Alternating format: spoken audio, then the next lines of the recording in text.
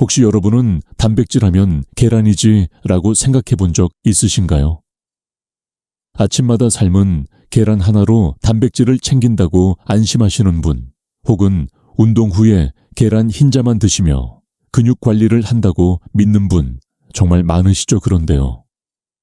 오늘 이 영상을 보신다면 그동안 우리가 너무 당연하게 여겼던 계란, 원리 단백질의 왕이라는 믿음이 얼마나 오해였는지 알게 되실 겁니다. 사실 계란은 좋은 식품이긴 하지만 단백질 함량만 놓고 보면 계란보다 3배 많게는 5배 이상 풍부한 식품들이 우리 주변에 꽤 많이 있습니다. 그런데도 대부분의 사람들이 잘 모르고 있죠. 특히 60세 이상이 되면 몸은 점점 근육을 잃고 쉽게 지치며 무릎이나 허리 통증이 잦아지기 시작합니다.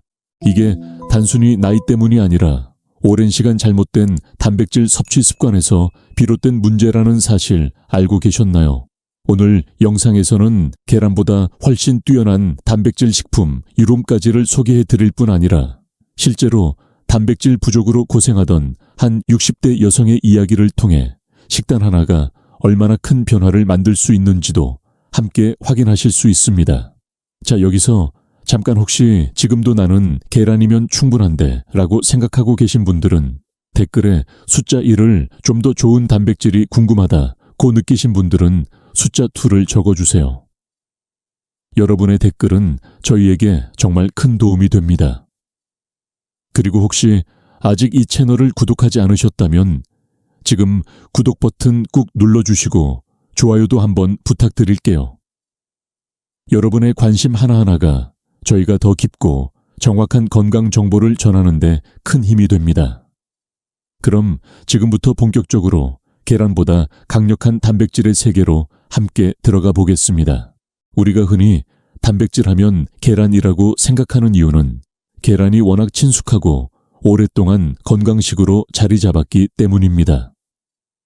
실제로 계란 한 개에는 약 10개 정도의 단백질이 들어 있습니다. 하지만 이 수치를 기준으로 삼았을 때 우리 주변에는 계란보다 단백질이 2배에서 많게는 5배 이상 풍부한 식품들이 꽤 많습니다. 게다가 이 식품들은 노년기에 필요한 다른 영양소까지 함께 제공해 줄 수 있어서 훨씬 더 유익하죠. 예를 들어 황태는 대표적인 고단백 저지방 식품입니다. 잘 말린 황태 100개는 무려 75g 이상의 단백질이 들어있고 소화도 잘 되기 때문에 위장이 약한 어르신들에게 특히 좋습니다. 실제로 강원도 평창에 사는 70대 김말순 어르신은 치아가 좋지 않아 고기 섭취가 어려웠지만 황태국을 아침마다 끓여 드시면서 체력이 눈에 띄게 회복되었다고 합니다. 다음은 두부입니다. 많은 분들이 두부는 단백질보다는 그냥 부드러운 반찬 정도로만 생각하시지만 사실 두부 한 모에 들어있는 단백질 양은 약 20g 내외로 계란 3개에 해당하는 수준입니다. 특히 위에 부담이 없고 식감이 부드러워 논영이 단백질 식단에 자주 활용됩니다. 또 콩류도 빼놓을 수 없습니다. 특히 삶은 병아리콩은 100g당 약 17개 단백질을 제공하며 식이섬유도 풍부해 장 건강에 도움이 됩니다. 병아리콩은 껍질이 얇아 불리고 삶기 쉬워서 믹서에 갈아 콩죽으로 드시면 소화도 잘 됩니다. 들깨 역시 의외의 고단백 식품입니다. 100g당 20g 이상의 단백질을 제공하고 동시에 오메가3 지방산도 풍부해 뇌 건강과 염증 관리에 이롭습니다. 실제로 고지혈증을 앓던 60대 남성이 매일 아침 들깨가루를 넣은 미역국을 섭취한 뒤 혈액검사 수치가 눈에 띄게 개선되었다는 사례도 있습니다. 여기에 닭가슴살은 이미 많은 분들이 알고 있는 고단백 식품이죠. 100g당 24g 이상의 단백질을 제공하며 지방 함량이 적어 체중 조절 중인 분들께도 적합합니다. 단 너무 퍽퍽하게 드시는 것보다는 채소와 함께 볶거나 삶아 부드럽게 조리해 드시는 것이 좋습니다. 마지막으로는 그릭 요거트를 추천드립니다. 일반 요거트보다 단백질 함량이 이후 3배 많고 동시에 유산균까지 제공되기 때문에 소화 기능이 떨어진 어르신들께 매우 유용합니다. 하루 한 컵에 그릭요거트를 간식이나 저녁 대용으로 드시면 부족한 단백질도 보충하고 장 건강도 챙길 수 있습니다. 이처럼 계란만 고집하지 않고 다양한 식품을 적절히 활용한다면 노년기의 근육 유지와 건강 관리를 훨씬 효과적으로 할 수 있습니다. 중요한 것은 뭘 먹느냐도 있지만 그걸 얼마나 자주 내 몸에 맞게 먹느냐라는 점이죠. 많은 분들이 단백질이 중요하다는 건 알지만 실제 식단에 어떻게 반영해야 할지는 막막하다고들 하십니다. 특히 60세 이후에는 식욕이 줄고 소화력도 떨어지기 때문에 그냥 무작정 고단백 식품만 먹는다고 해서 효과를 보긴 어렵습니다. 그래서 오늘은 아침, 점심, 저녁, 그리고 간식까지 하루 4끼를 기준으로 어떻게 균형 잡힌 단백질 식단을 구성할 수 있는지를 실제 예시를 들어 자세히 설명드리겠습니다. 먼저 아침입니다. 공복 상태에서 위가 민감할 수 있기 때문에 부드러우면서도 소화에 부담 없는 단백질 식품이 좋습니다. 예를 들어 들깨가루를 듬뿍 넣은 미역국 한 그릇에 밥 반 공기, 그리고 반찬으로는 두부조림과 삶은 병아리콩을 함께 드시는 방식입니다.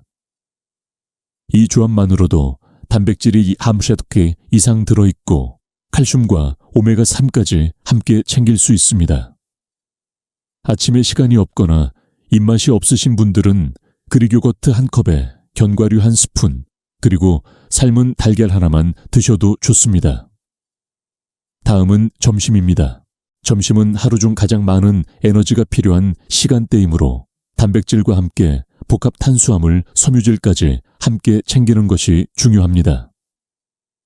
대표적인 예로는 닭가슴살 채소볶음과 현미밥 곁들여 먹을 수 있는 된장국, 그리고 후식으로는 간단한 두유 한 잔을 추천드립니다.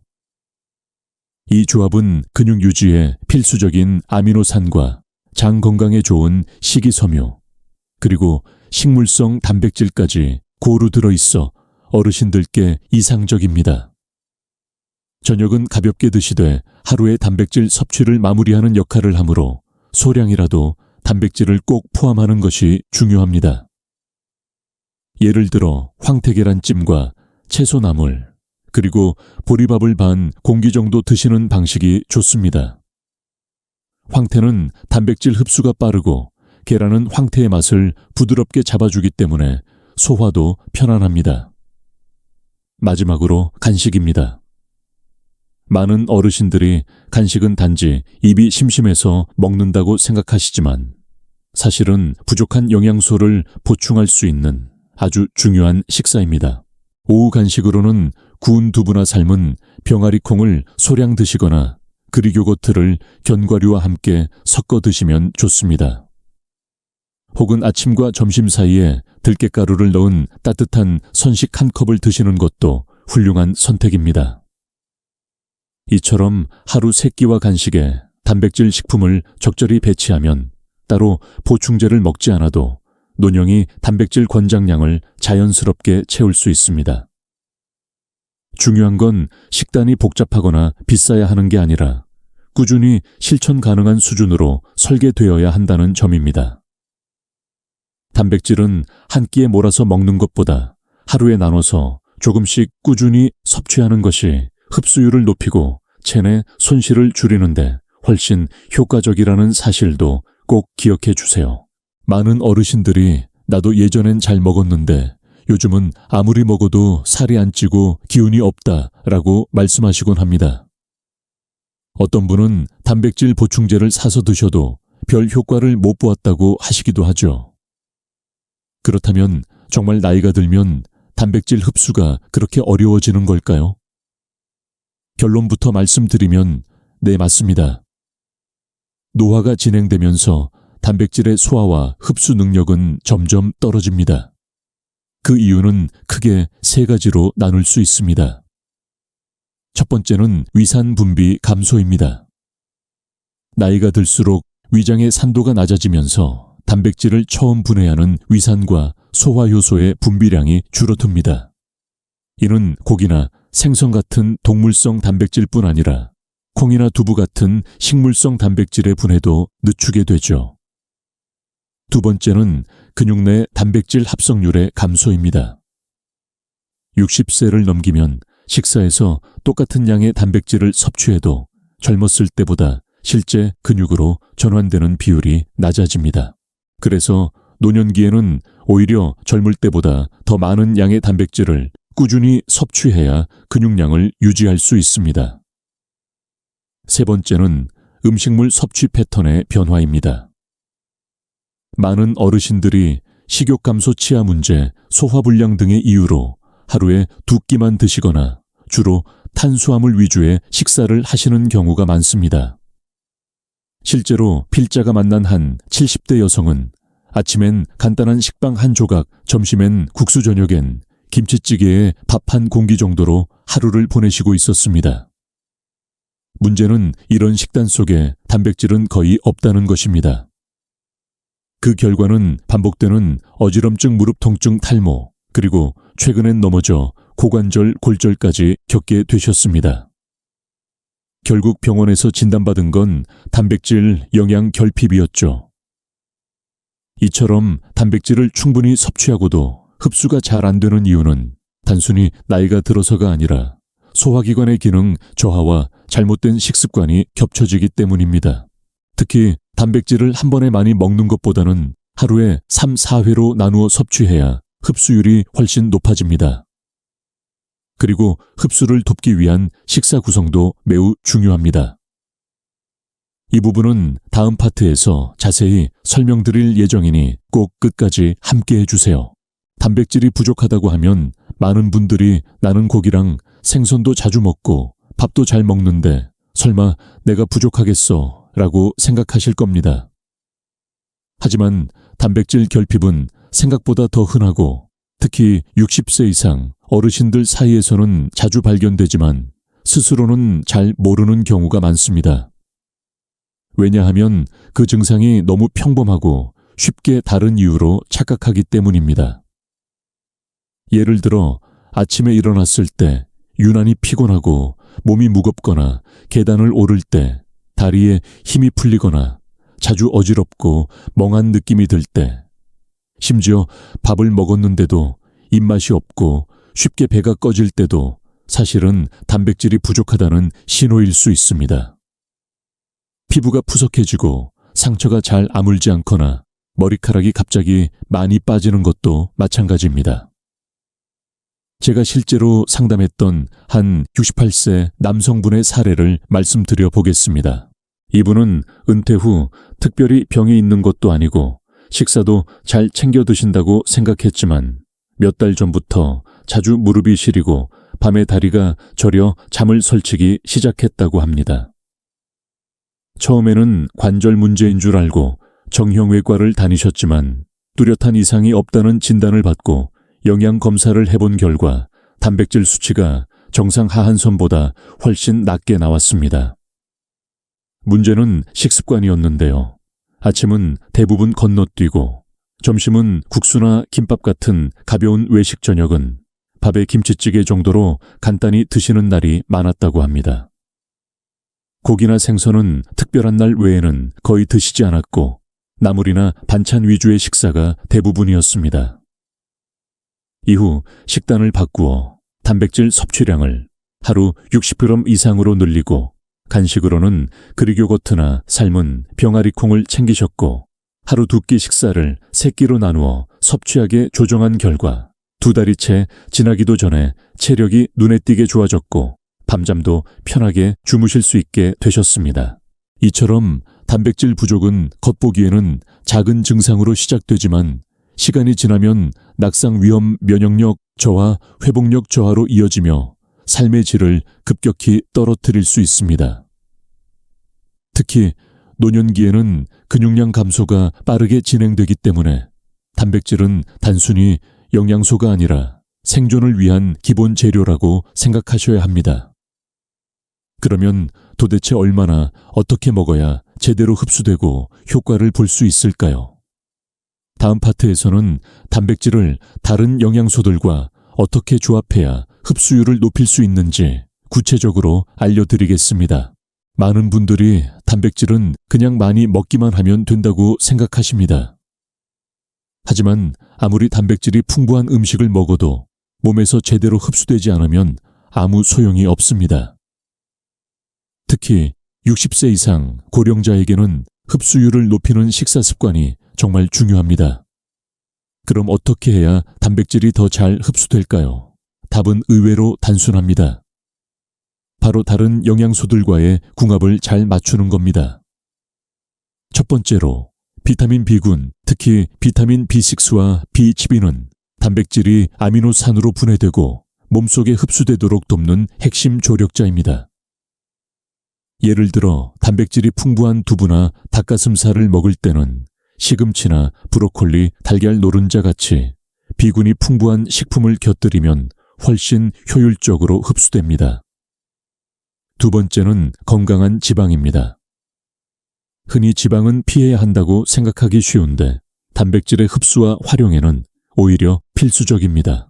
특히 들기름이나 참기름처럼 불포화 지방산이 풍부한 식물성 기름은 근육 형성에도 도움을 주며 장내 환경을 개선해 소화를 돕습니다. 예를 들어 나물 무침에 들기름을 약간 더하거나 두부 반찬에 참기름을 뿌려 먹는 것이 좋은 예입니다. 세 번째는 소화 효소를 도와주는 발효식품입니다. 김치, 청국장, 된장 같은 전통 발효식품은 장을 건강하게 유지시켜주고 단백질 소화를 원활하게 만들어줍니다. 특히 아침에 된장국이나 청국장찌개를 곁들인 식사는 단백질 섭취와 흡수를 동시에 챙기기에 아주 훌륭한 선택입니다. 그리고 한 가지 더 많은 분들이 간과하는 사실인데요. 단백질은 한 번에 몰아서 먹기보다 하루에 나눠서 섭취하는 것이 훨씬 좋습니다. 예를 들어 아침에 계란 1개, 점심에 두부 반모, 저녁에 닭가슴살 100길처럼 각 식사마다 일정량을 꾸준히 나누어 먹는 것이 근육 유지와 에너지 공급에 더 효과적입니다. 우리 몸은 단백질을 저장할 수 없기 때문에 한 끼에 너무 많은 양을 섭취하면 남는 부분은 그냥 배출되어 버리기 때문입니다. 이처럼 단백질은 무조건 많이보다 어떻게 조합해서 언제 먹느냐가 훨씬 더 중요합니다. 그렇다면 이제 마지막으로 오늘 배운 내용을 어떻게 실천으로 옮기고 장기적으로 건강한 식사 습관으로 굳힐 수 있을까요? 다음 파트에서 그 핵심 정리와 함께 단백질을 바라보는 생각 자체를 바꾸는 아주 중요한 이야기를 나눠 보겠습니다. 우리는 그동안 단백질은 계란이면 충분하지, 하루 한 끼 고기만 먹어도 괜찮겠지 라는 생각으로 식사를 해왔습니다. 그런데 오늘 이야기에서 보셨듯이 단백질은 얼마나 먹느냐만큼이나 어떻게 먹고 어떻게 흡수되느냐가 훨씬 더 중요합니다. 특히 나이가 들수록 근육은 빠르게 줄어들고 체력은 떨어지며 상처는 잘 낫지 않고 허리와 무릎은 이유 없이 아프기 시작합니다. 이런 변화는 단순히 노화 때문이 아니라 오랜 시간 동안 단백질을 제대로 섭취하지 못한 결과일 수 있습니다. 이제부터는 하루 3끼 식단을 그냥 배 채우는 수단으로만 보지 마시고 내 몸의 근육과 면역력을 채우는 건강 투자라고 생각해 보셨으면 합니다. 들가에 한 스푼 두부 반, 모 병아리콩, 한 줌 황태포 한 줄, 그릭 요거트 한 컵. 전혀 어렵지 않은 선택들이지만 꾸준히 쌓이면 근육을 만들고 체력을 유지하는 데 큰 힘이 됩니다. 단백질을 먹을 때는 함께 먹는 영양소도 중요하다는 것, 즉 지방이나 비타민과의 조화가 흡수율을 높인다는 것도 기억해 두시면 좋습니다. 그리고 무엇보다 중요한 건 단백질을 그냥 많이 먹는 것이 아니라 내 몸이 잘 받아들일 수 있도록 먹는 것이 핵심이라는 점입니다. 같은 양을 먹어도 어떤 사람은 흡수를 잘하고 어떤 사람은 거의 흘려보내는 경우도 많기 때문이죠. 그래서 오늘 영상에서 말씀드린 흡수력 높이는 팁 식사 시간대에 따른 섭취 전략, 그리고 실제 식단 예시들을 꼭 참고해 보셨으면 합니다.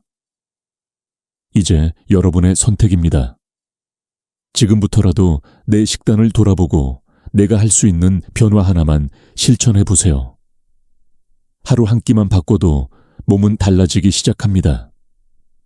그리고 혼자만 알지 마시고 부모님이나 배우자 가까운 분들에게도 오늘 배운 내용을 꼭 함께 나눠주세요. 건강은 혼자 지키기 어려운 만큼 서로 챙겨주는 관계 속에서 더욱 오래 지속될 수 있으니까요. 오늘 영상이 조금이라도 도움이 되셨다면 좋아요. 버튼 한번 눌러주시고 아래 댓글로 여러분의 생각도 남겨주세요. 나도 계란만 먹었는데 반성하게 되네요라든지 앞으로는 황태랑 두부 꼭 챙겨야겠어요. 같은 이야기도 좋습니다. 혹시 아직 채널을 구독하지 않으셨다면 앞으로도 건강한 삶에 꼭 필요한 정보들을 계속 받아보실 수 있도록 지금 구독 버튼 꾹 눌러주세요. 여러분의 작은 관심 하나가 저희에겐 큰 힘이 됩니다. 감사합니다.